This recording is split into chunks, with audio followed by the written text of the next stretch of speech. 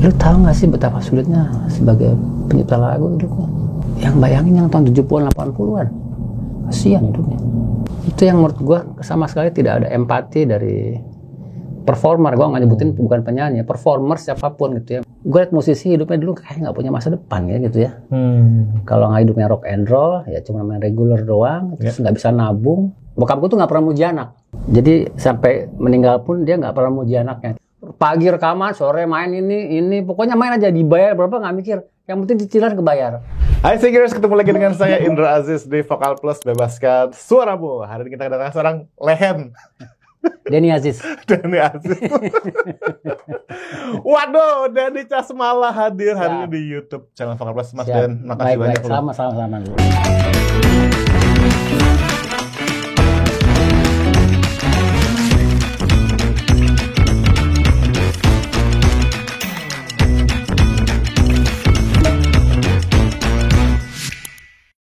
Udah hadir. Saya yang terima kasih. Saya tuh salah satu penggemar, bukan penggemar, senang menikmati sebuah tayangan edukasi.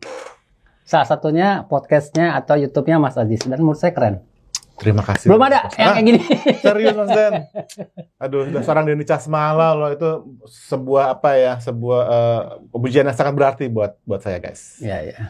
So, masalahnya gini guys ya, kita tahu, Denny Casmala ya, salah satu sosok yang sangat-sangat berpengaruh di dunia musik, komposer, produser, gitaris, dan anak motor. Anak Vespa saya tuh. Anak Vespa ya. Tapi Denny Casmala itu sebetulnya siapa sih? Apakah gitaris?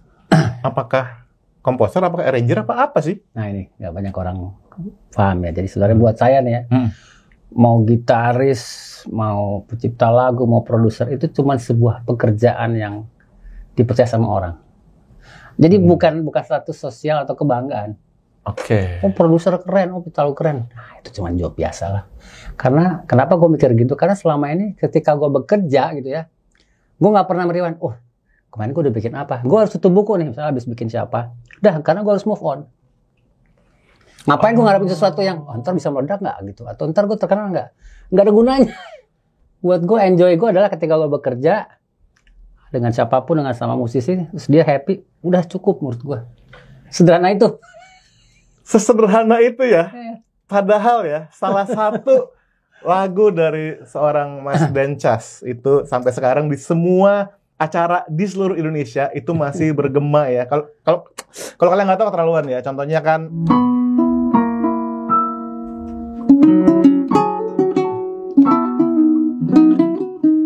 Nah itu dia. Gimana Mas lagunya Mas? Izinkan aku untuk terakhir kalinya.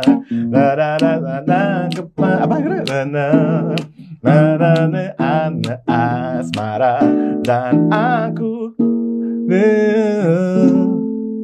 Semoga kita tak berpisah. Dan kau maafkan kesalahan yang pernah ku buat.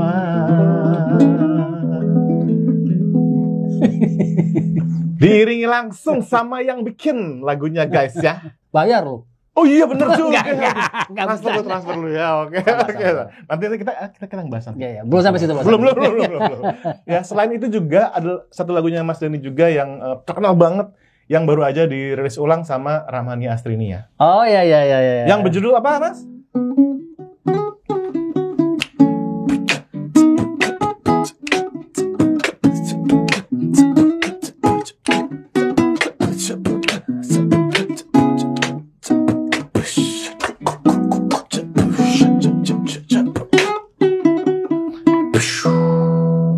Gokil. Pilihlah aku. Ya.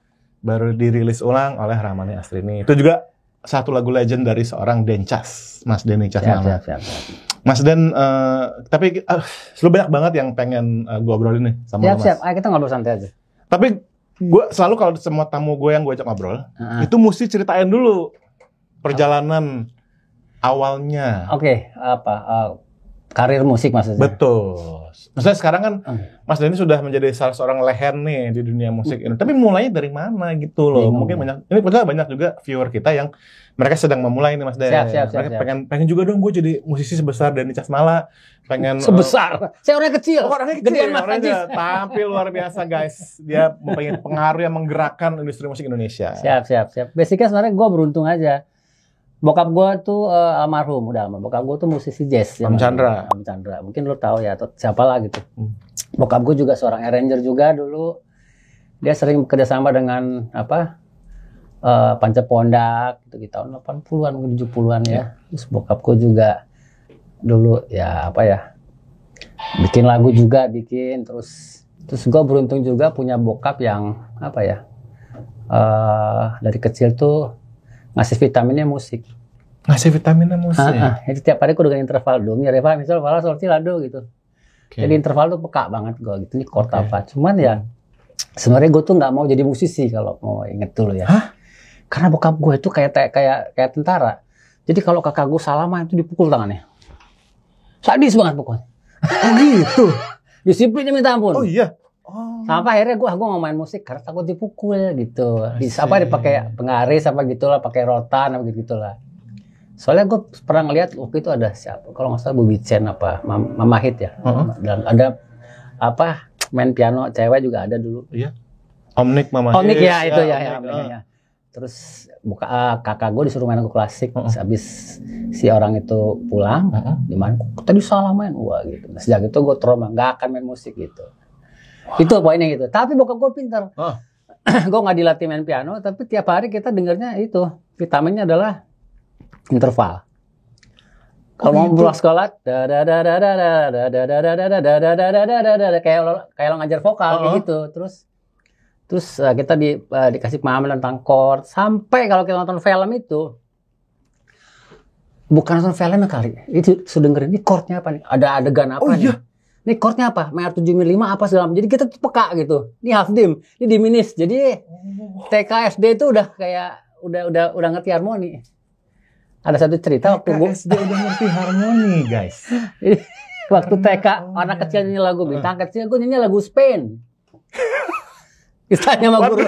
Oke. Kita tanya guru, lagu apa itu? Lagu jazz. Bukan gue. Oh my god. Oke. Saya tahu sebetulnya ya bahwa keluarganya Mas Denny Casmala ini ya memang musik gitu. Tapi nggak nyangka sedalam itu ternyata ya. Oh iya. Jadi ketika orang kayak yang paling lucu adalah ketika gue main suling ya. Kalau kita main suling kan, kita namanya apa namanya kalau dulu recorder namanya. Oke, recorder ya. Kan kalau kita main lagu Ibu Kita Kerti kan.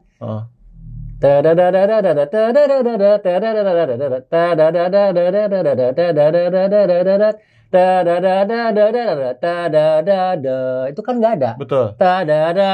Ngambil gitu kan. Iya. Satu ketika gue main, gurunya kaget gue bisa. Jadi gue orang main C, gue main F. Oke. Gue bisa main G, bisa main D. Jadi gue bisa 6 kunci pada saat itu. Gurunya kaget. Oke. Itu ya, itu masa kecilnya Denny Casmala tuh ya. Iya, itu gua. Sudah dipenuhi dengan musik, bahkan musiknya nggak cuman yang biasa-biasa, tapi udah analisa teori segala ya. Bener. Ada interval, ada chord segala macam. Makanya istilahnya ya itu udah jadi bagian dari kehidupan Mas Denny Casmala sejak kecil lah ya. Ada PR yang juga yang berat dulu. Ada lagu judulnya Blue Rondo ala Turk. Nggak pernah dengar ya? Itu susah banget. Jadi gue mesti ngapain itu dalam waktu 1 jam. Dalam waktu 1 jam Blue Rondo ala Turk. Apa-apaan ini? Oke. Itu pernah mengalami. Dan kalau gagal gimana? Apa yang terjadi kalau gagal? Ya paling cuman bokap gue tuh nggak pernah muji anak. Oke. Ya udah itu doang. Jadi sampai meninggal pun dia nggak pernah muji anaknya. Tapi dia cerita. Papa tuh sering dengar anak-anak papa dipuji sama orang. Papa nggak pernah muji kamu. Ya papa udah seneng. Itu doang bokap. Oh my god. Oke. Berarti ya memang istilahnya kehidupan manggilnya apa dulu? Papa itu benar-benar memiliki pengaruh yang luar biasa besar sangat pada besar. Kakak gue juga pengaruh sih kakak gue. Mas Irfan tuh kakak apa adek? Kakak. Mas Irfan tuh sebenarnya kakak gue main piano. Jadi gue tuh emang sekali lagi nggak mau main musik karena itu salah satunya. Tapi yang nyodorin gue main gitar kakak gue. Lu main gitar kayak ini dengerin ya. Kakak gue main piano tapi dengernya musik metal. Dengerin Metallica, Kreator. Gitu? Iya. Pada bokap jazz? Pada bokap jazz. Oh gitu. Yeah. Sampai apa ya, pokoknya kecil tuh gue nggak boleh dengerin lagu-lagu pop gitu, nggak dangdut nggak boleh gitu. Kalau nggak klasik jazz gitu. Tapi gede-gedenya malah main pop, malah main dangdut. Iya, benar. Iya, tapi ya tadi kita sebelum kita mulai ngerekam tadi Mas Denny sempat ngomong tujuan gue bermusik untuk biar punya banyak cerita ya nggak sih? Yes. Ketemu banyak orang dan menurut gue itu profound banget, artinya yang lo kejar tuh lebih besar bahkan dari materi belaka gitu ya. Oh iya, lebih ke ceritanya gue. Cerita, coba jelasin dong Mas Denny maksudnya apa sih? Kayak hari ini, hari ini gue ketemu lo, Mas Adi. Lo bayangan, 10 tahun lagi gue ketemu lo, gue inget nggak lu pernah wawancara gue? Itu karena nggak jadi perbincangan kita sampai seumur itu. Kita ngobrolin apa, terus lu sekarang udah jadi apa? Tiba-tiba lo punya sekolah musik yang udah kelas dunia. Itu kan jadi cerita, gue pernah kenal lo, itu bangga minta ampun gue. Sederhana itu menurut gue. Termasuk misalnya main sama siapa gitu, misalnya main sama Titi DJ, Max Dayanti. Jadi kalau ketemu, ingat nggak dulu pernah main di sini? Ingat nggak pernah main di sini? Itu buat gue udah nggak ternilai sih menurut gue. Pengalaman dan experience menurut gue. Experience. Tunggu. Gue gini loh guys ya. Kita kan kalau main musik ya, kita kayaknya mungkin karena gue penyanyi juga sih. Gue pengen terkenal. Gue pengen tajir. Ya nggak apa-apa juga. Nggak apa juga nggak salah. Nggak semua nggak ada yang salah. Cuman kalau sekali lagi gue bukan orang kayak gitu. Gue orang yang menikmati hidup gue. Gue orang yang bersyukur setiap aspek hidup itu membuat gue tenang itu. Bagaimana buat teman-teman gue happy. Bagaimana mengirim dengan baik. Bagaimana ketika orang bekerja sama gue, orang merasa, aduh terima kasih gue senang bekerja sama lo. Gitu. Masalah duit ya relatif lah gitu ya. Aduh. Dibayar gede syukur alhamdulillah. Iya. Kalau kecil ya terima juga daripada nggak ada. Kalau seorang Dencas aja bisa berpikir begitu, itu kita patut banget mempertimbangkan nih apa yang Mas Dencas share ke kita, karena menurut saya juga guys ya, saya juga kadang gue suka ngomong nih Mas ke penyanyi-penyanyi, kadang-kadang kita kalau terlalu ambi gitu, misalkan terlalu ambi pengen misalkan meraih titik tertentu, kita kadang-kadang malah akhirnya melupakan bermusik itu sendiri gitu Mas. Ya benar. Ya sebenarnya kan yang dibutuhkan kita cuma pujian sebenarnya. Kalau kita mau ada yang orangnya kayak termasuk gue juga waktu muda kan. Pujian itu kan bentukannya ucapan atau paling gampang tepuk tangan. Oke. Kalau sekarang kita main TikTok, siapa yang banyak ketep itu apresiasi kita. Iya. Kita kan cuma dah cukup. Iya. Uang tuh relatif, semakin kita berkontribusi sama passion kita terhadap musik itu bonus gitu. Jadi kita nggak bisa cari uang sebenarnya, cuma cari tepuk tangan. Ini tuh keren banget ya. Inilah kenapa mungkin seorang Dencas dengan segala macam pengalamannya, kayak sekarang juga salah satunya tergabung bersama Pusakata ya. Ya, saya kebetulan sebagai sessionnya Pusakata gitu ya. Di mana Pusakata itu dulu Mas Denny kan masih ngajar di Yamaha ya, masih jadi seorang. Sekarang udah enggak. Tapi dulu pertama kali ketemu sama Mas Is. Ya, ketemu di Yamaha dulu. Di Yamaha dulu. Oh, dan sekarang Mas Dencas bermain bersama. Diajak sama Is saya. Mas, gue mau main sama lo Mas gitu. Yakin lo? Iya Mas gitu. Yang main siapa aja? Ada Ronald, Gigi, teman-teman gue semua. Seangkatan gue udah geng gosapan. Wah ini anak muda, apresiatif banget gitu. Gue merasa nyaman Mas kalau main sama yang udah buat gue nyaman itu ya gitu. Ya udah, emang basicnya gue session gitu. Biasanya kan kayak, gue kan senior lo, gue kan guru lo, masa gue jadi band lo gitu gimana? Gue nggak gitu. Ada perasaan gitu? Justru menurut gue kita harus main sama yang muda, karena spirit anak muda itu bikin kita jadi latihan lagi. Wah itu penting banget. Bener. Kalau dapat murid anak muda kan seneng juga kan? Iya, bener banget. Jadi buat gue setiap orang itu apa ya? Gue tuh udah nggak bisa lihat sesuatu itu negatif, semua positif. Artinya gini, setiap musik, even itu dimainkan oleh seorang pemula sekalipun, itu pasti ada penggemarnya. Paling nggak bapaknya, anaknya, anak kecil gitu. Jadi gue musik juga, ya sama. Gue main musik, gue orang tua main anak muda. Ya penggemarnya mungkin anak muda juga ada, nggak apa-apa juga. Semudah itu sebenarnya. Itulah hal-hal yang kita sering take for granted ya guys ya. Yang mana Mas Denny mengapresiasi, contohnya ya, kita bikin musik aja dulu sendiri di kamar, mungkin yang apresiasi mungkin keluarga kita, tapi itu suatu hal yang itu udah harga gitu ya. Nggak ada yang bisa meyakinkan kita ini bakal hits, ini bakal kita terkenal, nggak ada yang tahu. Yang terpenting adalah bagaimana kita bersyukur mendapatkan proses yang seru gitu. Itu piala. Proses yang seru itu. Lo sampai sini juga kan prosesnya panjang kan. Iya sih. Pernah nyanyi di sini atau sini nggak dapat, ini dapat ini. Ternyata lo di sini gitu. Nah, itu proses itu yang membuat lo bisa bikin sekolah musik kayak gini. Bener Mas Dan. Ya, kan? Proses Mas Dan. Proses. Itu adalah hal yang sangat penting dan kita nggak boleh lupain ya guys. Benar-benar. Nah ngomong proses, kita kembali ke perjalanan nih Mas Dan. Siap. Ketika Mas Dan dari masa kecil, remaja itu hidupnya tuh sangat dipengaruhi oleh musik gitu, di mana-mana denger musik, bahkan jazz yang berat-berat gitu yang didengerin, Blue Rondola, terus Spain segala macam. Kemudian Mas Dan mulai terjun sebagai bermain musik yang dibayar, yang profesional. Gue tuh lulus SMA dulu dapet sebenarnya sebenarnya basically keluarga gue akademis sebenarnya. Sepupu gue tuh S2, S3, om gue ada yang profesor. Basicnya gue akademis gitu. Jadi dulu gue dapet di ITB seni rupa. Oh iya? Gue nggak ambil karena gue nggak punya biaya. Oh gitu Mas Dan? Nggak punya biaya. Oke.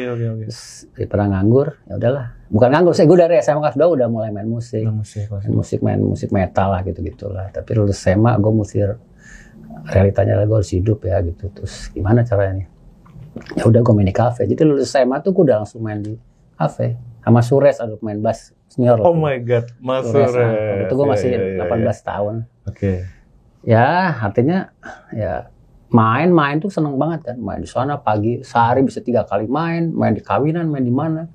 Pokoknya main aja, ketemu banyak orang, jadi ketemu banyak musisi senior, jadi banyak masukan, banyak input. Jadi setiap kesempatan gue memaksimalkan semaksimal mungkin, do the best experience gue, do the best menangkap ilmu yang didapatkan dari orang ke gue gitu. Menurut gue punya kepekaan untuk tahu kelemahan gue di mana. Itu yang membuat gue bisa cepat ngapa-ngapain. Itu dari pengalaman bermain reguler? Yes. Di kafe. Main di kafe. Main di wedding juga nggak? Oh zaman itu juga main. Iya, ya? Gue dulu main di orkestra Rama, paling muda. Gantiin Bujana dulu gue, umur 18 tahun, 19 tahun. Oke. Pernah juga ngalamin main musik dari jam 12 malam sampai jam 12 siang. Selama setahun. Acara apa itu? Dulu gue pernah ikut band Brunei namanya, band dulu ya. Ini musisi lama mungkin pernah cerita kan. Iya. Ini cukup Yes, itu udah kemana-mana. Dan gue umur 19 tahun, alhamdulillah udah pernah main di luar negeri. Jadi itu mungkin keberuntungan gue ya. Dapat kemudahan berkarir intinya. Bisa ketemu main sama Yance Manusama pada saat itu. Sama Anto Hood, gue juga deket. Kita pernah sekamar. Inang Nur Said, Aldi Karimata, terus ya musisi senior lah gitu. Yang umurnya seangkatan bokap gue pada saat itu. Jadi gue ditempa sama musisi yang muda. Umur 19 tahun itu sempat juga pulang ke Indonesia, mau ikut main kuliah lagi tuh, dapat di IKIP. Mau ambil guru musik gitu. Pas mau daftar nyokap gue sakit, tapi gue punya uang, ya udah akhirnya uang gue tuh buat nebus nyokap, ya udah akhirnya gue harus main musik kali ya gitu. Jadi gue gak punya pilihan. Tapi karena basicnya gue akademis, gue suka baca dan gue senang membaca gitu. Setiap punya uang, gue berinvestasikan uang gue dari bekerja musik adalah beli buku, beli video. Karena gue paham, gue nggak bisa keluar negeri gitu. Karena teman-teman gue pada saat itu kayak ada King the Fly, gitu, The Fly, ada Rido gitu ya. Mereka bisa keluar negeri. Ya mungkin mereka beruntung ya orang tua. Gue kan nggak mampu. Gimana caranya nih gitu? Atau paling tidak sekolah di Farabi zaman dulu kan. Yang sekolah Farabi kan zaman segitu kan mahal ya pada saat gue ya. Gue deket sama Dika, biasanya ada band, gue pinjam bukunya, gue fotokopi, terus gue beli buku. Pokoknya duit gue buat beli buku aja. Buku itu buat gue penting, buku musik ya. Itu merupakan investasi tuh ya? Oh iya. Jadi walaupun istilahnya waktu itu kesulitan biaya, tetap begitu ada uangnya dipakai buat menginvestasikan di buku dan untuk kita belajar gitu ya? Oh sekarang lebih gampang lagi, YouTube. Aduh. Tinggal kita niat apa enggak. Ini loh guys, ini tuh maksudnya benar-benar spirit yang harus kita adopsi dalam hidup kita sebagai musisi ya. Iya, ilmu kita cari, jangan cuma nunggu gitu. Jangan nunggu. Karena kita pasti akan ada yang lebih cepat, akan ada persaingan pasti ada kan gitu. Tapi ketika memangkas kesempatan kita belajar lebih cepat, akhirnya kita kedepannya bukan cuma belajar musik, tapi belajar hidup. Belajar beradaptasi dengan lingkungan. Itu yang sulit sebenarnya. Benar. Belajar hidup dan beradaptasi dengan lingkungan. Apalagi lingkungan musik kan, nyentrik kan. Ada yang orangnya aneh-aneh lah gitu musik gitu. Ya alhamdulillah gue pada saat itu bersih, gue nggak minum, gue nggak ngerokok.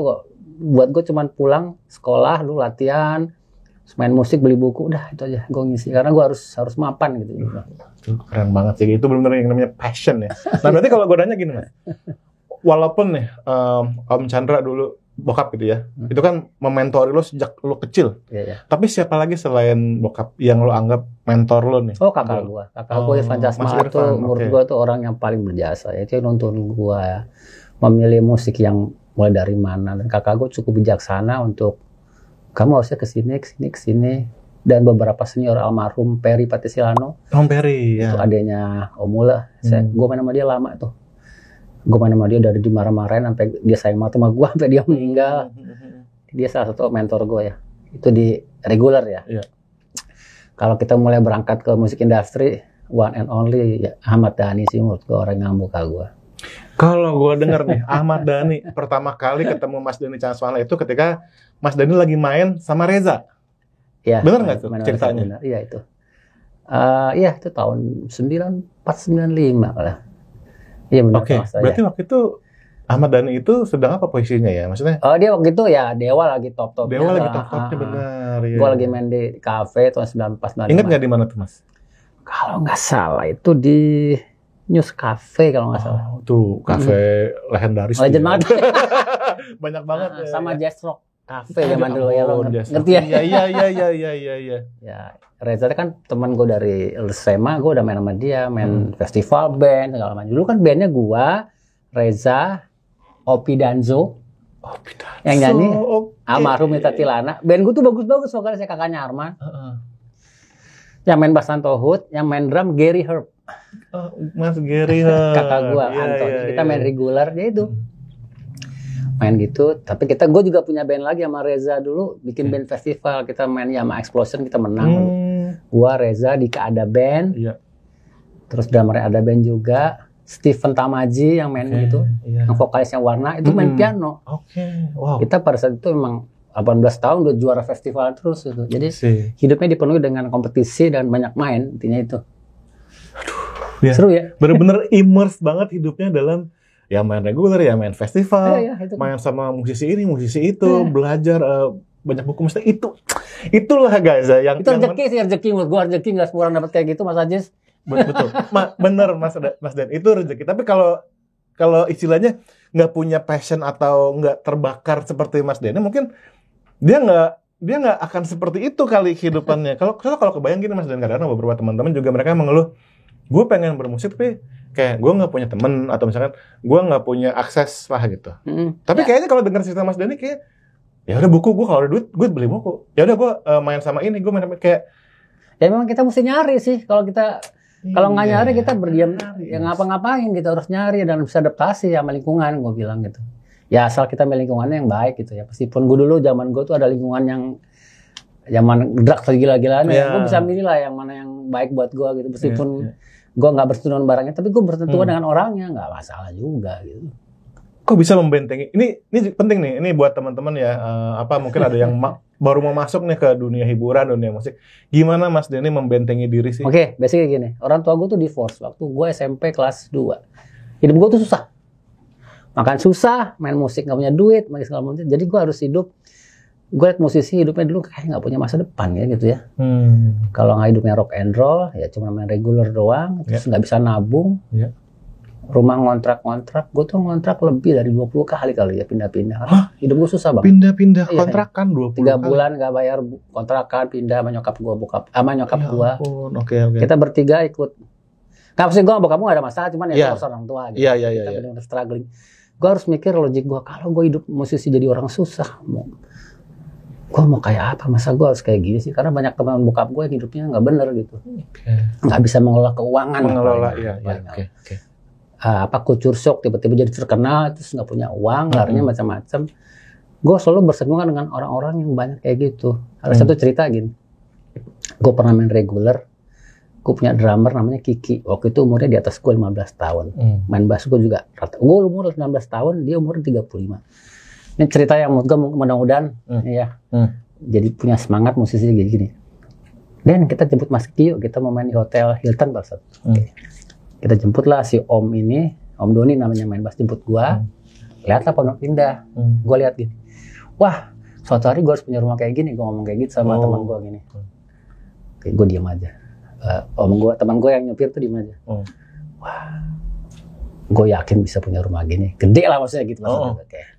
Sampailah ke rumah teman gue, Mas Kiki itu, balik lagi lewat jalan sama. Mas Kiki, ngapain punya rumah kayak gini? Mau sih nggak mungkin bisa punya rumah. Lo kayak gue minimal kontrak-kontrak. Di situ gue ke-trigger. Gue nggak boleh jadi musisi yang dalam hati gue nggak boleh jadi musisi yang kayak gini nih. Gue harus yakin apa yang gue punya jalannya benar. Pada saat itu teman-teman gue tuh masih ngontrak umur 35 gitu. Gue harus mikir harus punya rumah gitu, harus mapan, gimana caranya, harus lempeng. Jadi yang membuat gue bisa lempeng adalah gue harus punya target secara apa ya, ekonomi lah gitu. Minimal jadi musisinya punya rumah lah gitu. Iya. Alhamdulillah umur 21 tuh gue udah punya rumah. Oh, 21. Meskipun gue nyicil ya di Bekasi gitu ya. Cicilan sebulan tuh pas 50.000, udah setengah mati yang minta ampun. Iya. Berarti umur 21 tuh Mas Denny sedang main di kafe? Iya. Udah main di kafe? Udah main kafe tuh, main di mana aja nggak mikir. Kadang-kadang ada zaman dulu ada happy hour tuh nggak, yang sore main. Gue main. Pagi rekaman, sore main ini. Pokoknya main aja, dibayar berapa nggak mikir. Yang penting cicilan kebayar. Wah itu makan sampai susah-susahnya itu, yang penting bisa bayar cicilan gitu. Jadi benar harus punya rumah, karena buat gue rumah pondasi, kata nyokap gue gitu. Ya udah.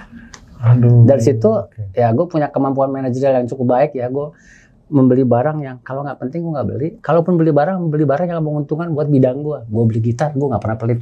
Beli efek nggak pernah beli buku nggak pernah, karena gue pakai buat cari duit. Gue baru punya mobil setelah umur sekian, umur 30 punya mobil, karena buat gue nggak penting gitu. Wah ini percakapan menjadi lebih dalam teman-teman. Ini penting banget. Tapi semua musisi perlu Mas denger ini Mas. Maksudnya artinya gini, gue kebanyakan ngelihat teman-teman juga yang bergerak di musik, mereka mungkin karena orang kreatif kali ya, sehingga kadang-kadang terbengkalai itu yang manajemen waktu, manajemen finansial gitu. Gue disiplin banget. Bokap gue yang ngajarin sih. Gitu. Pulangnya berapa? Jam 6 waktu kecil nih cerita. Kita rewind dikit ya. Jam 6 lewat 5 gue datang. Sini kamu. Tadi bilang pulangnya berapa? Sekarang jam berapa? 6 lewat 5. Masukin air. Wah, 5 menit doang. Iya. Itu kepake sampai tua gue. Disiplinnya minta ampun. Gak pernah telat gitu. Disiplin waktu penting, tuh. Tapi apakah benar katanya Mas Denny kalau beli yang penting-penting aja? Kita tanya sama istrinya gimana? Ini saya tahu. Benar ya? Oh benar. Benar guys. Jadi benar-benar belinya yang penting-penting aja. Sesuai dengan maksudnya memang beli yang yang diperlukan, bukan yang kita inginkan. Nah. Beli gitar, kalau beli gitar pun misalnya gue udah punya gitar, gue beli, mikirku cuma satu. Kalau gue beli gitar gampang dijual kalau butuh duit. Terbukti pas Covid selamat gue karena bisa jual gitar. Serius Mas? Oh iya. Ini saksinya. Ingat nggak ada berapa gitar yang Mas Denny lepas waktu itu? Wah kalau di rewind lagi, gue sempat punya gitar 60 biji. Gue kalau punya gitar, bini gue tahu tuh. Banyak ya? Gitar gue beli rumah 2009. Beneran itu. Gitar jadi investasi. Oke. Beli gitar ya. Oke. Pas Covid kemarin juga rumah gue ambruk, nggak ada kerjaan, semua lah musisi sedunia nganggur lah kita ya. Ya gue masih bisa jual gitar, masih jual efek, masih bisa jual mobil gitu ya. Artinya barang yang gue beli, yang gue invest adalah barang yang bisa gue jual. Gue bersyukur aja itu. Tepat pilihan gue. Aduh, ini penting banget ya. Ini penting sih. Ini penting buat penyanyi juga. Penting Mas, karena kita ya tentu maksudnya yang namanya gaya hidup, kadang-kadang gini kan kita penyanyi nih Mas, kita kan tentu mungkin mainnya di acara-acara gitu kan, akhirnya lifestyle-nya kayak pengen mengejar sesuatu yang penting sih, kayak kalau menurut gue nggak apa-apa sih ya, penyanyi yang dijual nggak cuma suara, dia harus beli baju yang bagus. Ini poin nyenengin orang, menurut gue itu nggak apa-apa kok. Orang nggak perlu. Ya namanya penyanyi harus beda di panggung lah. Kalau kita tampilannya sama kayak nonton, ya kalau nggak menghibur, nggak ada beda. Bener juga sih. Harus keren lah. Iya benar. Apa-apa. Tapi ketika turun panggung lo jadi orang yang sama. Yang penting itu kan. Musik juga gitu. Masa gue jelek di atas panggung? Iya benar. Jadi nggak apa ya Mas ya? Nggak apa-apa beli baju yang mahal lo pakai. Tapi kalau bisa dijual lagi apa enggak gitu. Itu rasanya beda gitu. Iya. Tapi kan benar sih Mas. Tapi kalau penyanyi di panggung orang nggak akan lihat baju yang mahal apa kagak kan. Benar. Pokoknya yang penting selama spending itu konteksnya jelas ya Mas. Iya. Kita memang kita kan di panggung, masa kita harus mikirin juga dong. Iya benar, lagi pula kan baju kan bisa dipakai berapa kali juga kan. Benar. Oke. Guys, ini kalian juga mesti ingat-ingat ya. Pokoknya memang kalau kalian mau fokus, ini sih fokus kalau gue nangkapnya sih Mas. Ya sih fokus kalau memang lo bermusik, lo pengen kembangin karir di dunia musik, ya lo mesti fokus. Segala langkah lo Mungkin jangan tergoda sama yang nggak benar misalnya drugs apa segala macam. Fokus dengan manajemen uang kita, ya kan? Manajemen waktu. Nah itu tuh, jangan telat-telat kali kayak gitu. Itu penting banget itu. Sejujurnya waktu ngundang Mas Denny Caksamala ke sini, nggak nyangka obrolannya bakal sedalam ini sih. Ini udah masalah. Ini gua ngerem, aslinya hancur banget. Ini baru 50%. Sisi baik gua nih hancur. Iya. Enggak apa. Ya. Kita Mas Denny di sini benar-benar udah sharing banyak loh tadi. Dengan ini ya. Maksudnya again di sini penonton kita soalnya banyak banget teman-teman yang pengen memulai karirnya nih di dunia musik, tapi mereka dengar cerita gini pasti motivated banget. Gimana Mas Denny susah gitu hidupnya, tapi tetap fokus. Iya. Tapi mungkin gue sedikit garis bawahi bahwa buat gue musik bukan pekerjaan. Menurut gue ya. Buat gue itu musik itu passion atau kecintaan kita gitu ya. Gue nggak pernah berharap hidup dari musik. Tapi musik bisa ngidupin gue. Itu hal yang berbeda. Jadi gini. Gue selalu belajar untuk sesuatu yang gue nggak bisa. Misalnya teman gue bisa ini, kenapa gue nggak bisa gini? Kalau teman gue bisa begini, kenapa nggak bisa? Itu gue berkompetisi dengan diri gue sendiri untuk bisa lebih baik daripada orang lain. Kalaupun ada uang di situ, itu karena itu bonus sekali lagi. Jadi musik itu bukan tempat uang, bukan buat gue untuk cari uang, tapi untuk berdedikasi.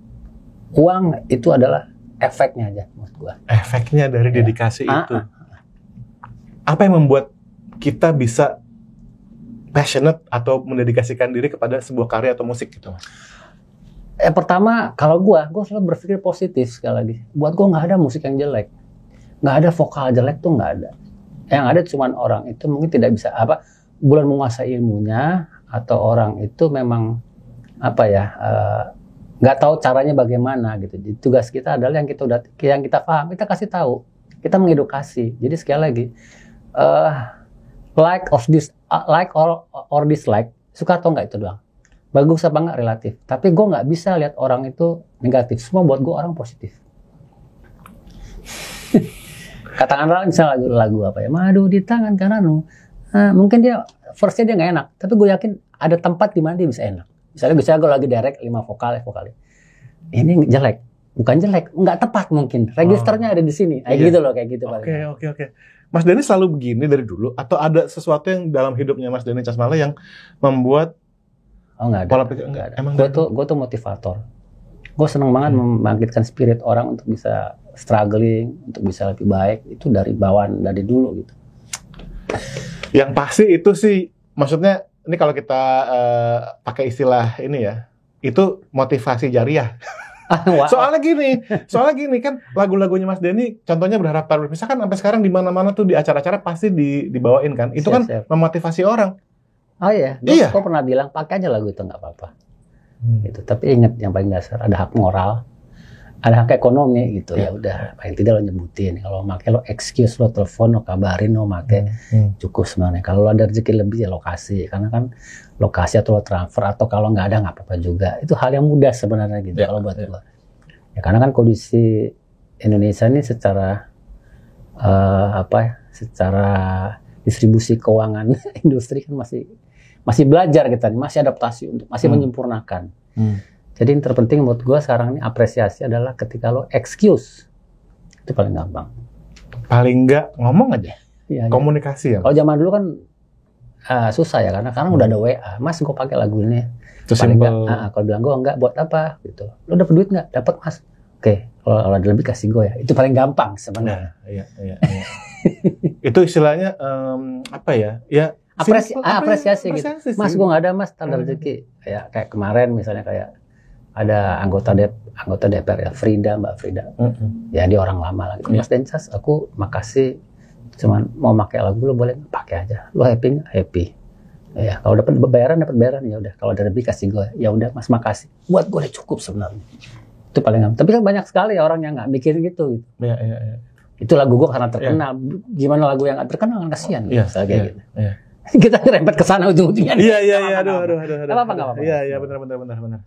Yang pasti, ini kalau gitu kita bisa nih mulai mengarah Ya nggak apa-apa. ke arah percakapan yang sedang hangat saat ini ya, yaitu kasusnya Agnes Mo dengan Aribia Sentuh. Apa sih? Karena gue kan bukan orang yang bukan ngerti hukum ya. Siap. Gue cuman Ya kita jangan bicara hukum lah. Iya, bukan di kapasitas gue. Tapi gue mau nanya pengalaman seorang Dencas sebagai seorang komposer lehen Indonesia nih, ya kan? Maksudnya kalau menurut Mas Denny nih, dengan sistem ya yang ada di Indonesia dengan segala macam, apakah Mas Denny sebagai komposer, salah satu komposer ter deh di Indonesia gitu, sudah merasa mendapatkan haknya belum sih? Oke, gini. Awal gue bikin lagu, gue menganggap lagu itu ada uang yang seksi di situ sebenarnya kan awal-awal 2020 tahun 98 lah gue bikin lagu itu dapat duit ya. Kan tohnya cuma dapat advance, iya, gitu ya. Advance, terus dapat lagu, ya dapat advance yang ngasih labelnya kan, atau publisher segala macam. Kesini kan pada saat berkarir itu gue nggak mikir apa-apa, efeknya apa setelah itu. Karena gue merasa kerjaanku bukan minta lagu, karena buat gue sejujurnya bukannya lagu, bikin lagu tuh gampang gue. Karena gue dari kecil udah terbiasa improvisasi gitu. Lo kasih chord apa, gue 5 menit bisa bikin 3 lagu, gue bisa buktiin gitu misalnya. Tadi mikir kayak gitu awal-awal. Tapi setelah gue pikir karena bikin lagu itu beban, karena apa, penyanyi kan bisa aja gini, nggak enak lagunya, gue pakai dong. Sudah dibikin capek-capek, nggak diambil. Misalnya atau perusahaan rekaman yang ngasih lagu ke penyanyi, jadi bikinin lagu gitu. Gue mikir kan, ntar malu bikin lagu ditolak gitu. Ya kebetulan lagu gue banyak yang nggak ditolak karena lagunya banyak yang bagus gitu. Bagus buat si label dan penyanyi gitu. Ya udah. Sekali lagi, gue orang yang nggak pernah merewind apa yang sudah gue lakukan. Udah gue lupain gitu. Udah. Karena pekerjaan gue adalah arranger dan pemain gitar. Gue bisa dapat duit cash dan gede pada saat itu. Sampai sekarang pekerjaan gue arranger gitu. Jadi, tapi setelah gue lihat lama-lama gitu ya, gue nggak perlu dapat passive income gitu. Passive income artinya gini, yang gue kasih lagu, ya mapan, makin bagus. Dia punya tabungan segala macam. Ya gue nggak, gue bekerja keras sampai sekarang. Gue nggak punya band yang nggak bisa tiap minggu dapat duit. Gue harus bikin aransemen, bikin iklan segala macam. Akhirnya gue masih nggak peduli, bukan nggak peduli sih. Nggak apa-apa lah, mungkin rezeki gue, mungkin rezekinya penyanyi, mindset gue itu. Sampai satu cerita 5 tahun 6 tahun belakangan ini, gue sering ketemu pencipta lagu lama yang udah tua-tua.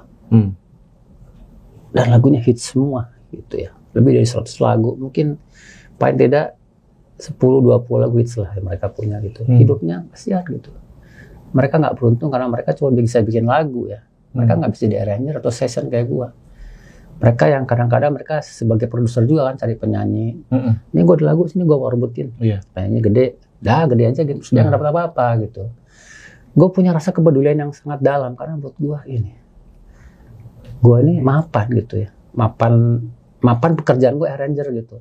Yang kelihatan namanya di mana-mana gitu. Kita lagu kan enggak gitu. Ya gue tergerak lah untuk memikirkan hal gitu. Apa yang bisa gue bantu buat teman-teman senior gue yang umurnya 70-80 tahun. Yang hidupnya masih ngontrak terus. Wah gue sedih kalau itu sih. Ini kenyataan nih. Ini kenyataan. Dan banyak sekali pencipta lagu yang tidak beruntung hidupnya. Tidak terkenal, tidak dikenal bahkan tidak disebutkan, bahkan dilupakan oleh siapapun. Entah itu yang punya acara, entah itu yang nyanyi. Gue nggak nyebutin subjek ya, itu relatif ya.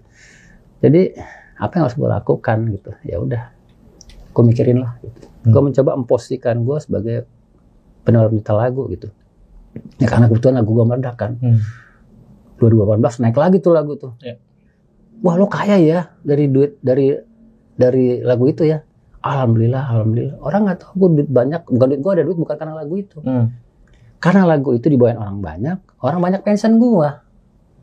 Anak band lupa yang main di kafe. Om Dencas makasih lagunya. Bikin band kita jadi dibawain terus lagunya, jadi kita jadi lancar. Wah, gue bersyukur lagu gue bermanfaat buat band-band yang main regular. Sampai anak SMA bikin cover segala macam, wah gue seneng. Tapi mereka tidak dapat manfaat ekonomi, tidak ada manfaat ekonomi kan, mereka cuma bangga. Mereka dibayar reguler. Tapi ada beberapa penyanyi yang dapat manfaat ekonomi besar sekali. Gitu. Sementara distribusi royalti yang namanya performing right di Indonesia itu dalam perjalanannya itu masih simpang siur. Simpang siur ya. Itu kenyataan dan itu udah tidak terbantahkan. Emang kenyataannya begitu. Sampai banyaklah statement yang udahlah kalau gitu penyanyi nggak usah minta lagu, bikin lagu sendiri. Bukan itu masalahnya gitu. Ya kan itu ada profesinya sendiri minta lagu. Kalau yang dia bisa bikin lagu, nyanyi, ya itu kelebihannya dia. Tapi juga banyak kan, nggak di Indonesia, di luar negeri pun ada orang yang memang nggak bisa bikin lagu, tapi menyanyikan lagu dengan baik gitu. Sampai satu cerita, ini jadi kisruh nih antara penyanyi dan pencipta lagu. Sebenarnya bukan itu masalahnya. Masalah ketidaksetaraan atau ketidakseimbangan nilai ekonomi yang didapatkan oleh pencipta lagu. Sampai gue juga harus sering sering tegur sama penyanyi lama gitu. Oh jadi enak banget jadi pencipta lagu dong. Cuman di rumah aja, duduk aja, harus dapat royalti. Ya emang itu rezekinya Pak. Iya. Gitu. Terus ya apa kalau gitu enak banget dong. Kita dipalak-palaksin sama pencipta lagu. Sebenarnya bukan itu masalahnya. Yang paling gampang adalah gini. Penyanyi misalnya penyanyi terkenal ya, dia bisa bayar band yang bagus. Cash habis main, terus belum main kasih DP. Dia bisa bayar tukang make up nih. Cash. Dibayar bandnya cash segala macam. Tapi yang bikin lagu dapat cash? Enggak. Iya kalau dibayar. Ini kan rancu nih, yang bayar IO-nya, apa yang bayar penyanyinya. Itu yang jadi masalah selama ini kan. Karena undang-undangnya masih curat marut. Tapi kalau gua mikir lagi yang paling dasar, mau ada undang-undang, mau ada legal apa segala macam. Lu tahu nggak sih betapa sulitnya sebagai pencipta lagu hidupnya? Kita nggak nyebutin top 10 lah yang lagunya banyak dan sampai sekarang masih yang bayangin yang tahun 70-an 80-an. Kasihan hidupnya. Atau sebut aja Gesang misalnya. Ya, itu satu lagu, itu aja bisa mapan harusnya kan. Itu disebutkan namanya gitu. Banyak yang lebih banyak lagi yang kayak Gesang, karyanya juga bagus. Itu yang menurut gua sama sekali tidak ada empati dari performer. Gue nggak nyebutin bukan penyanyi, performer siapapun gitu ya, menampil untuk acara-acara besar gitu ya. Apakah mereka punya kewajiban? Sebenarnya mereka punya kewajiban, tapi distribusi benar apa enggak? Saling menyalahkan antara LMKN. Buat gue yang paling dasar adalah gini, lo bikin konser gede nih, izinnya dapat dari polisi, lo bayar polisi buat jaga keamanan, lo bayar bandnya, lo bayar segala macam gedungnya. Kalau nggak ada lagu gimana? Itu yang paling. Iya.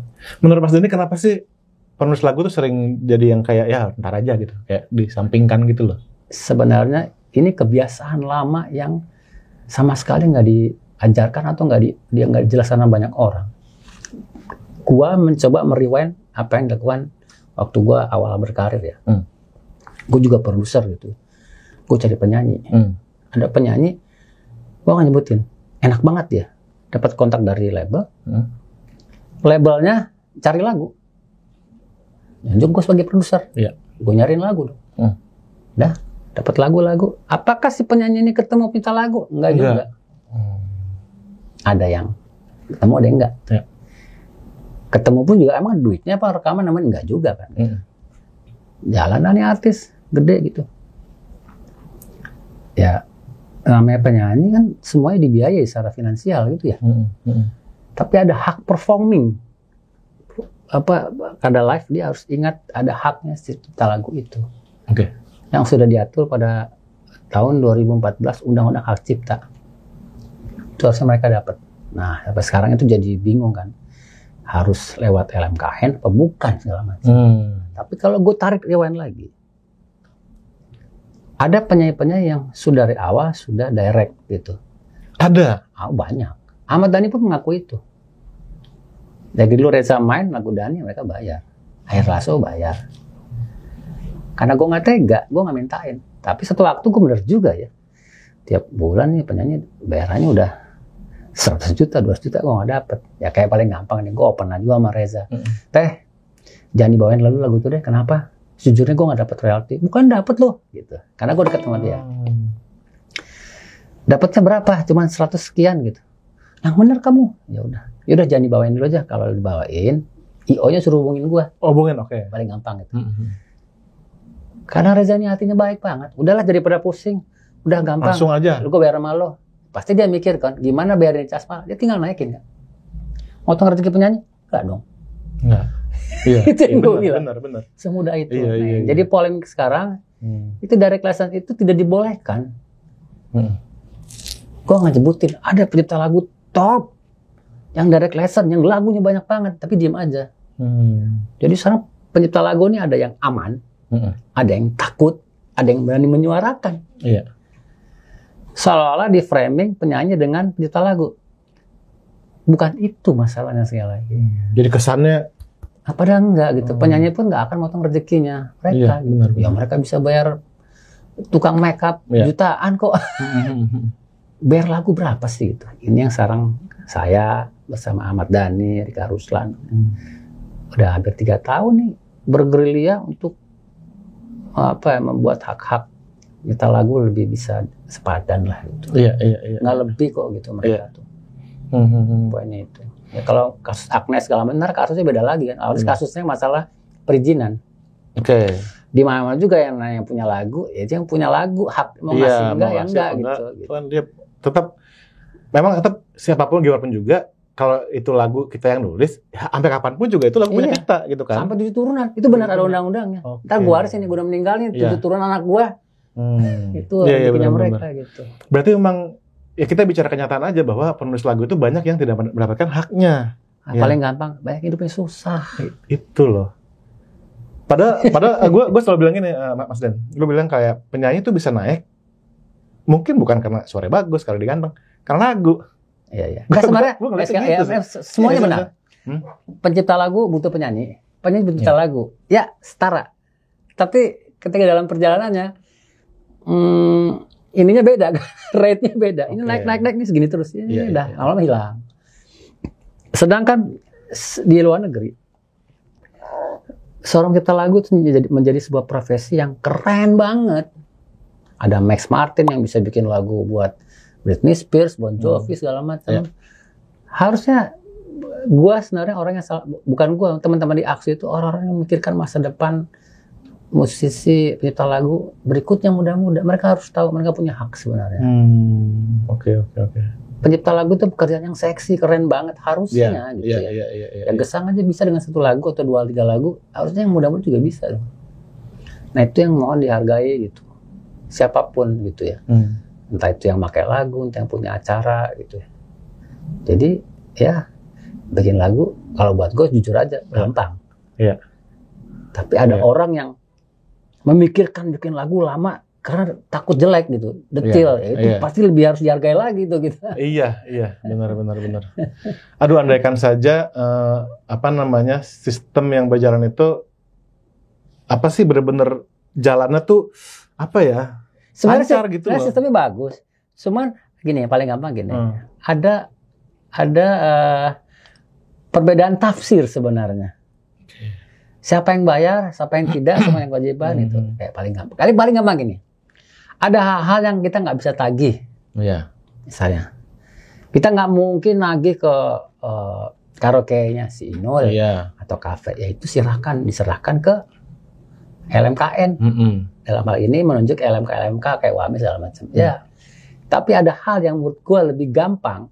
Yang lebih gampang adalah direct license itu yang harus kita perjuangkan supaya ketika penyanyi mau main itu bisa lagu udah dapat duit, nggak nunggu 6 bulan, 3 bulan, ya kalau lapor IO-nya gitu. Makanya Aksi lagi bikin satu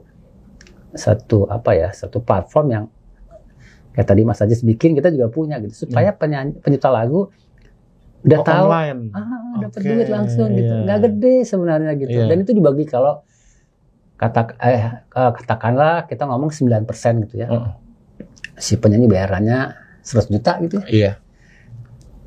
Jadi berapa tuh kalau 9%? Katakanlah 9 juta. Ya tinggal naikin harga penyanyi itu 109 juta. 9 juta dibagi 10 penyanyi. 10 pencipta kan kecil.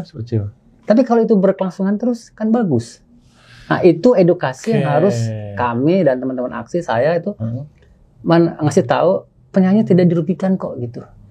Tapi ada haknya pencipta lagu yang harusnya bisa. Malah mungkin dipermudah. Oh iya. Karena ya beres semuanya, udah pasti beres. Sebelum main ada perizinan, makanya dia nyebutnya perizinan 1 pintu.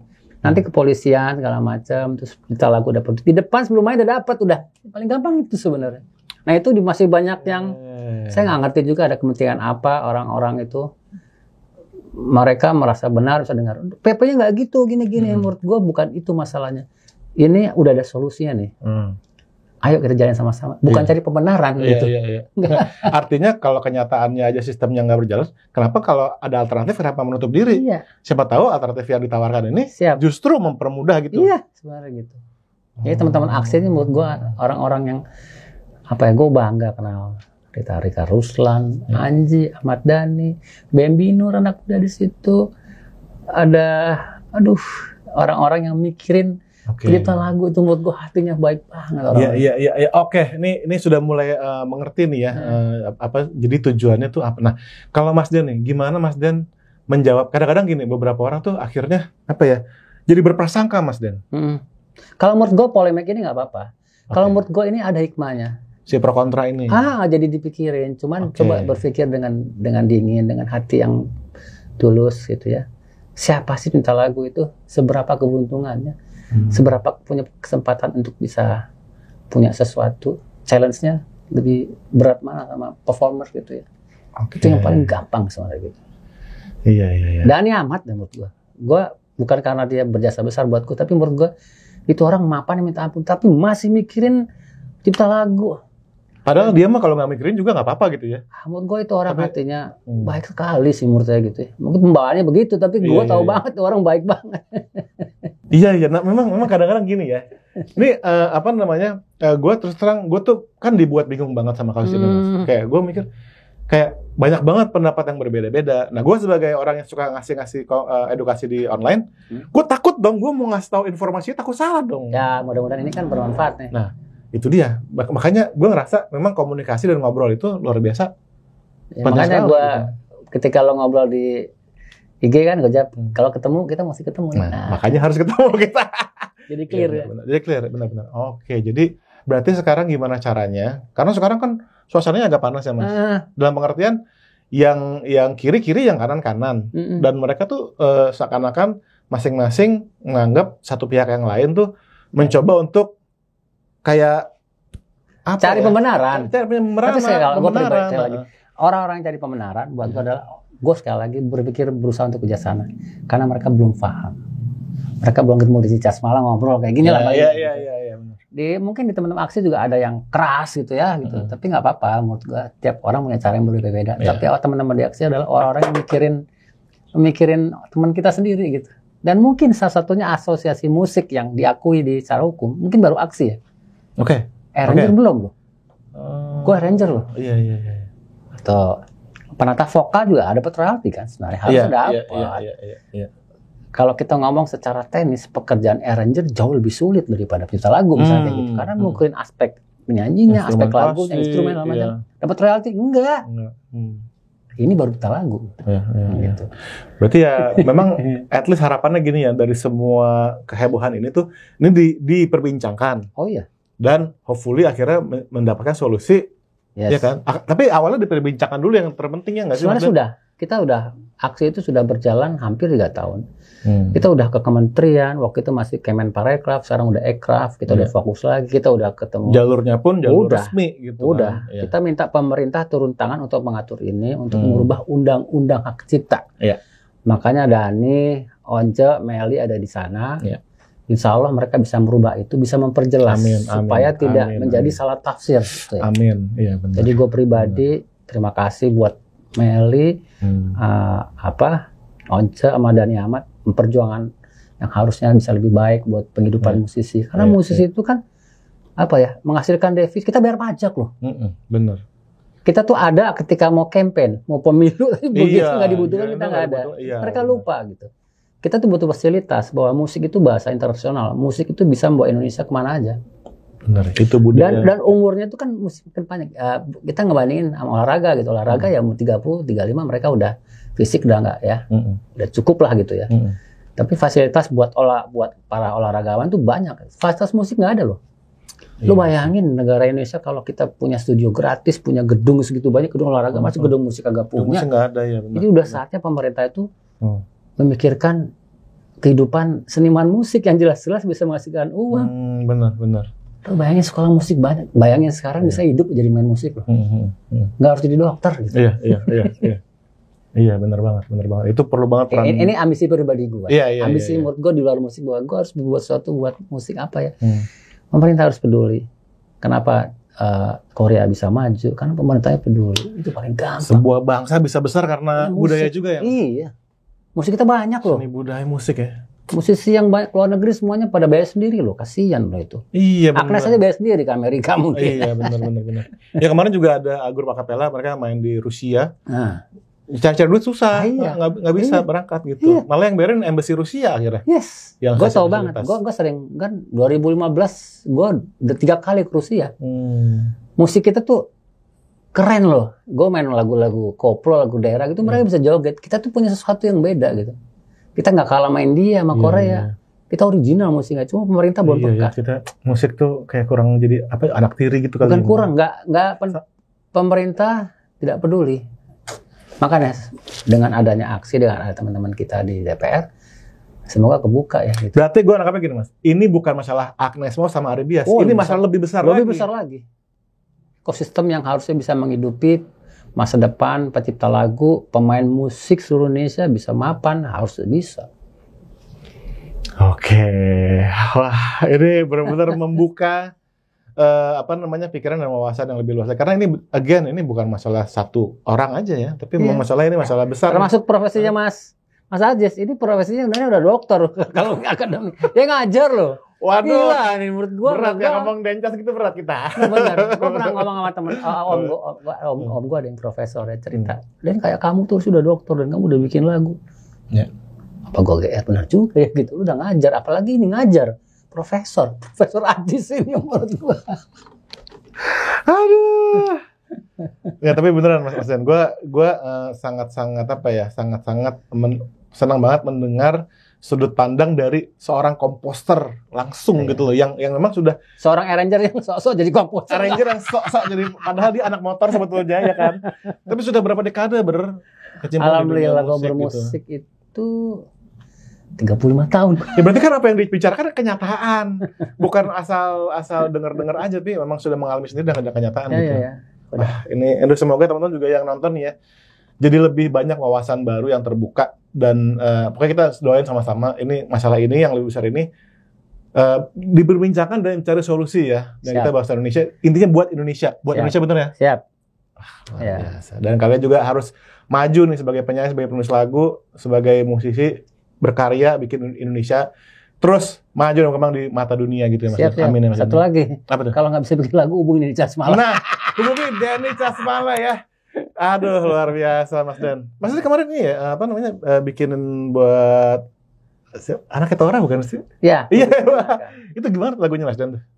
Ada di YouTube, tadi dengerin. Ada, keren. Tapi yang pasti tadi kita udah ngomong banyak ya dari soal kehidupan penyanyi ya kan, dari musisi karirnya, bahkan sampai gimana caranya menyemangati biar kita lebih memanage keuangan, memanage waktu, lifestyle ya kan, dan gimana Mas Dan cerita sempat hidup susah banget, ganti-ganti kontrakan sampai 20 kali segala macam, tapi ya akhirnya dengan kemauan keras dan bahkan sempat uangnya dipakai buat beli buku guys untuk belajar sendiri. Itu masih ada buku yang sekarang. Ada satu terang tuh. Aduh, itu dia sih. Itu menurut gua hal yang ya emang harus di-share dari seorang yang ngalamin gitu loh, biar benar nonjok gitu. Karena kalau kita istilahnya sekarang banyak kemudahan ya. Tapi Mas Denny udah mengalami segitu sulitnya dan perjuangan dan sampai di titik ini gitu. Nah, sekarang gini Mas Den.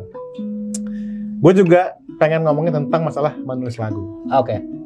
Gue pernah nonton salah satu wawancaranya Denny Casmala. Dia bilang, gue bisa bikin lagu langsung sekarang juga bisa. Oke. Masa sih? Oke. Kita ngejam nih. Ngejam. Gue ke kesana dasarnya. Asik. Kayak satu not. Oke. Oke. Udah jadi lagu belum sih? Belum kayaknya. Bisa jadi lagu. Masa?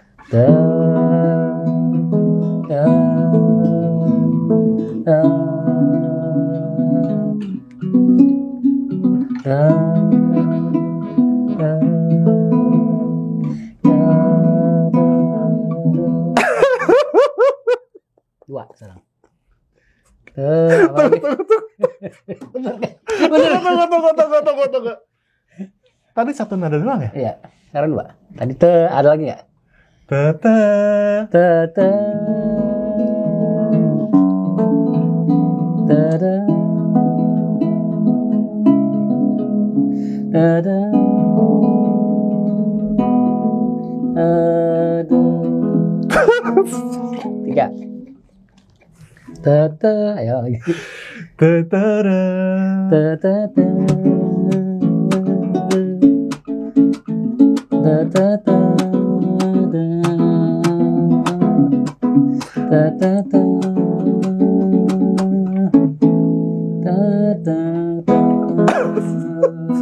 Empat. Oke. Langsung rap lagi semuanya. Iya, langsung rap semuanya. Ta-ta-ta-ta. Ta-ta-ta-ta. Ta-ta-ta-ta. Ta-ta-ta-ta. Ta-ta-ta-ta. Udah gitu semuanya enak lagi. Mas, apa-apaan sih, Mas? Itu. Kenapa bisa begitu, Mas? Gue belajar. Gue belajar lihat Anang dulu. Kenapa tiba-tiba jadi saya sih yes? Nggak, jadi gue tuh sebenarnya kan sekali lagi gue arranger. Iya. Dibayar oleh produser. Ada Anang, ada Ahmad Dhani gitu. Lihat bikin lagu gitu. Ternyata bikin lagu gampang ya. Ada ininya gue, dalam hati, bukan belagu gitu. Selama ini karena basicnya gue musisi jazz. Buat gue lagu terus swing aja. Gue tinggal menyederhanakan apa yang udah ada di kepala gue. Itu udah. Menyederhanakan lagu itu kan notasi yang sederhana, yang gampang dibuat, yang gampang diapal orang. Itu yang paling gampang sebenarnya. Yang susah sebenarnya. Oke, terus itu kata-kata, bikin lirik yang susah gitu. Tapi gue belajar akhirnya coba kasih satu kata. Oke, kasih satu kata. Satu kata ya. Angan. Angan yang ku na na na, ini kan ku na na na. Iya. Na na na na. Angan yang ku impikan. Jadi bikin benang-benang gitu. Ku imping atau ku inginkan atau ngerubah tempo. Angan yang ku impikan. Jadi lu kayak bikin puzzle. Kok kayak gampang banget ya? Cintaku kepadamu,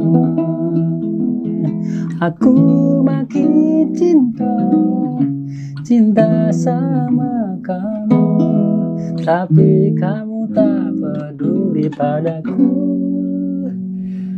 Aku tetap cinta. Bohong, itu lagu udah ada dong. Demi Allah nggak ada. Bohong. Ngapain kau bohong? Biar kagak. Jadi lagu itu baru. Iya. Oke. Nanti rekamannya kita ambil, kita jadi lagu beneran ya.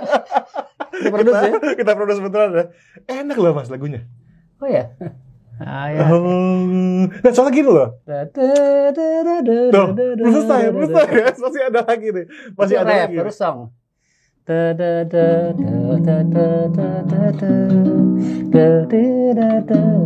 Song.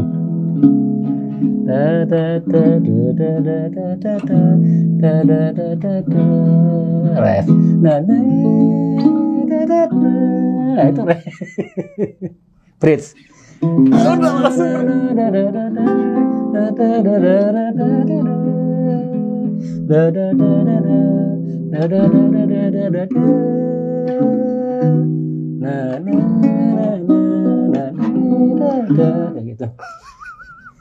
Udah jadi bait, ref sama bridge-nya ya. Iya, tinggal yang bayar belum ada. Itu dia ya teman-teman ya. Siapa tahu kalian mau lagunya, silakan kontak manajemen kita. Nanti kita akan sambungkan dengan.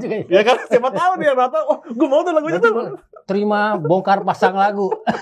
Bongkar pasang lagu ya. Oh gitu ya. Mas nanti jangan yang pernah nih.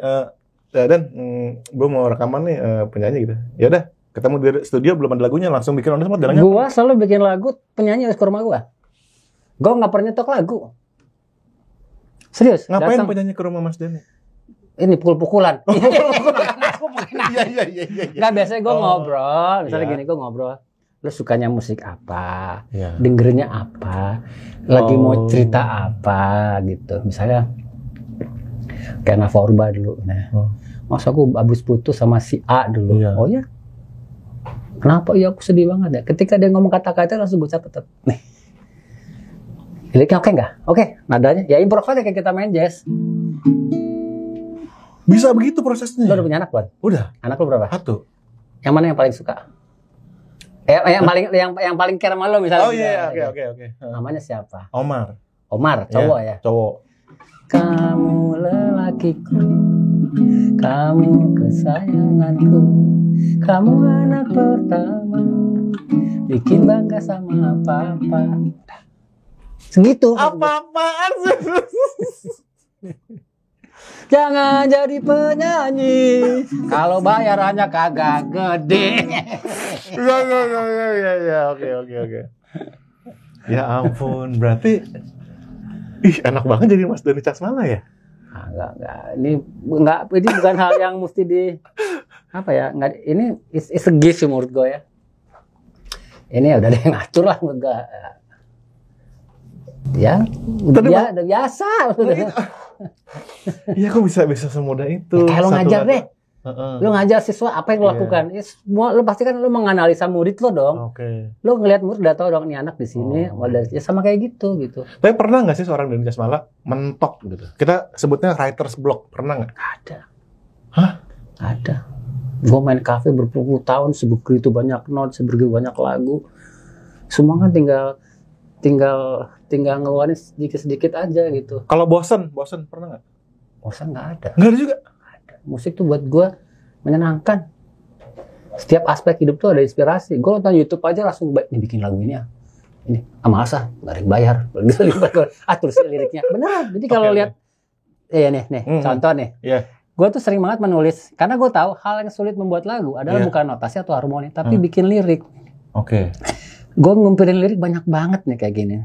Bini gue kadang-kadang Jeng, aku bikin lirik tentang apa nih? Misalnya apa? Kemarin apa sih? Aku tuh kasih tahu kamu tuh. Tiba-tiba di kepala misalnya gini, jangan gampang kegoda. Ketik aja, ntar nongol. Apa kayak gitu. Ini misalnya, takkan ada laki seperti dia. Jadi gue bikin lagu, ngebayangin cewek gitu. Iya. Sebagai wanita biasa yang dicintai dan ku tak mungkin mengingkari hati. Gue menjadi cewek nih. Sudah terlanjur cinta pada dirinya hingga akhirnya kau meninggalkan diriku. Hadirmu, ada cowok lain ceritanya. Hadirmu tak bisa menggantinya. Dan meskipun kau berikan semua cinta, tak akan ada laki seperti dia. Gue bayang jadi cewek. Jadi ketika bikin lagu, gue bayangin cewek, ini cowok, ya itu aja gitu. Jadi gue tulis terus. Oke, jadi kalau Mas Denny punya ide, langsung ditulis di note. Nggak tahu nih nggak mikir apa, gue tulis aja. Gitu. Sementok-mentoknya, iya. Saya ada penyanyi nih. Wah, aku pernah bikin lirik tentang itu. Tinggal gue scroll.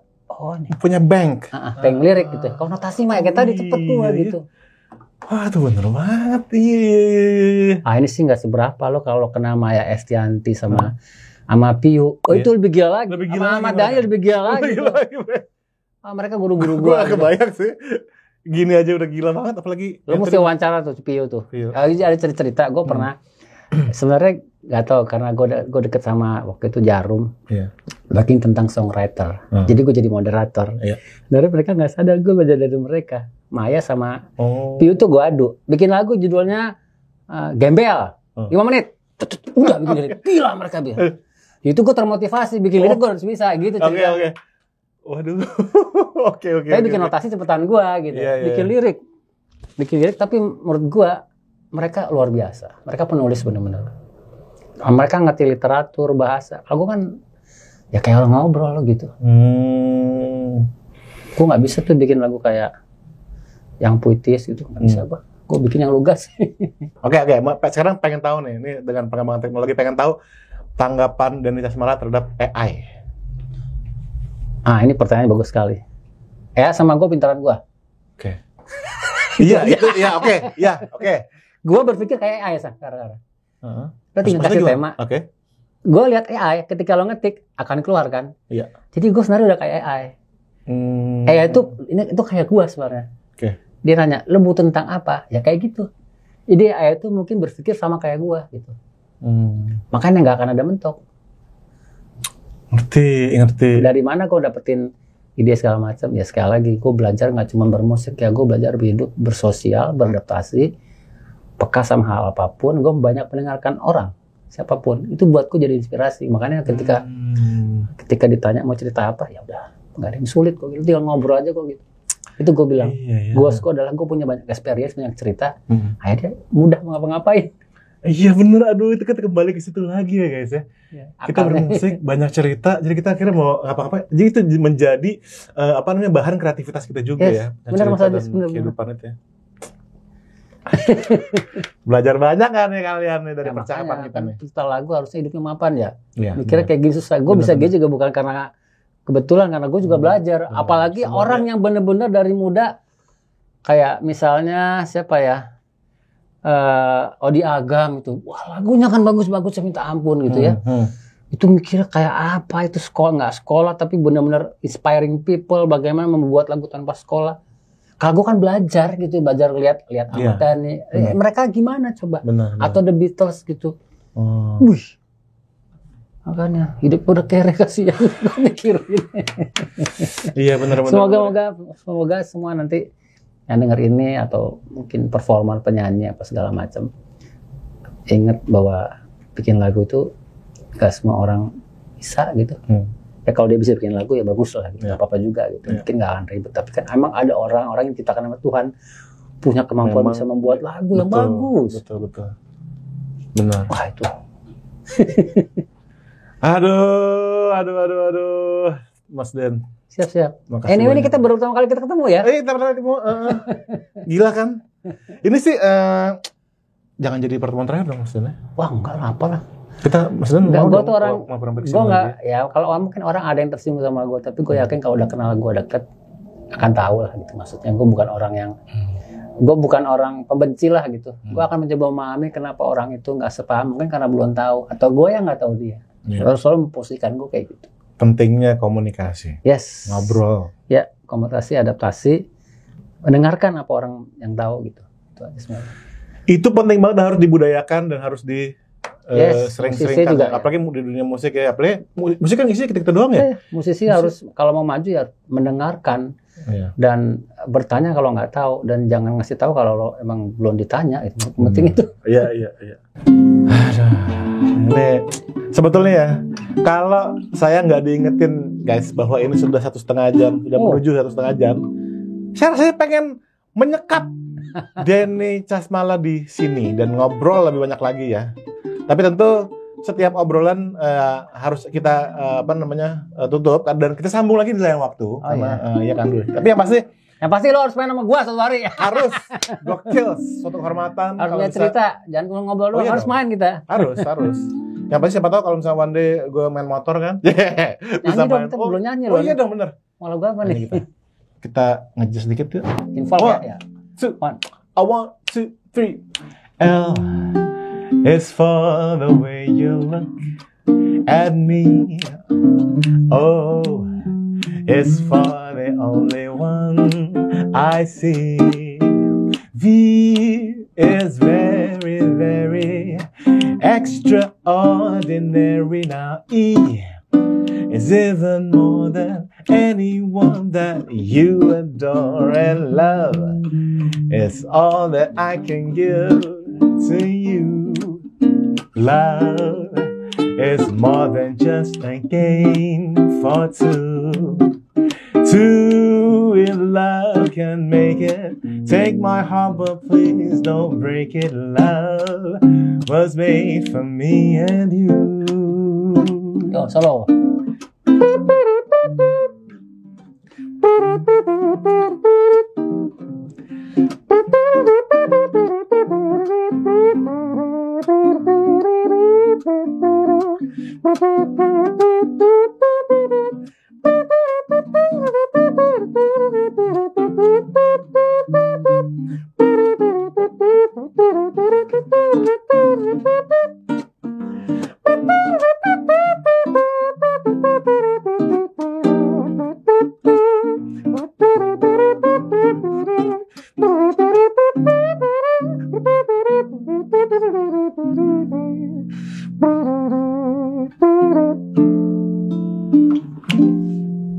Yeah.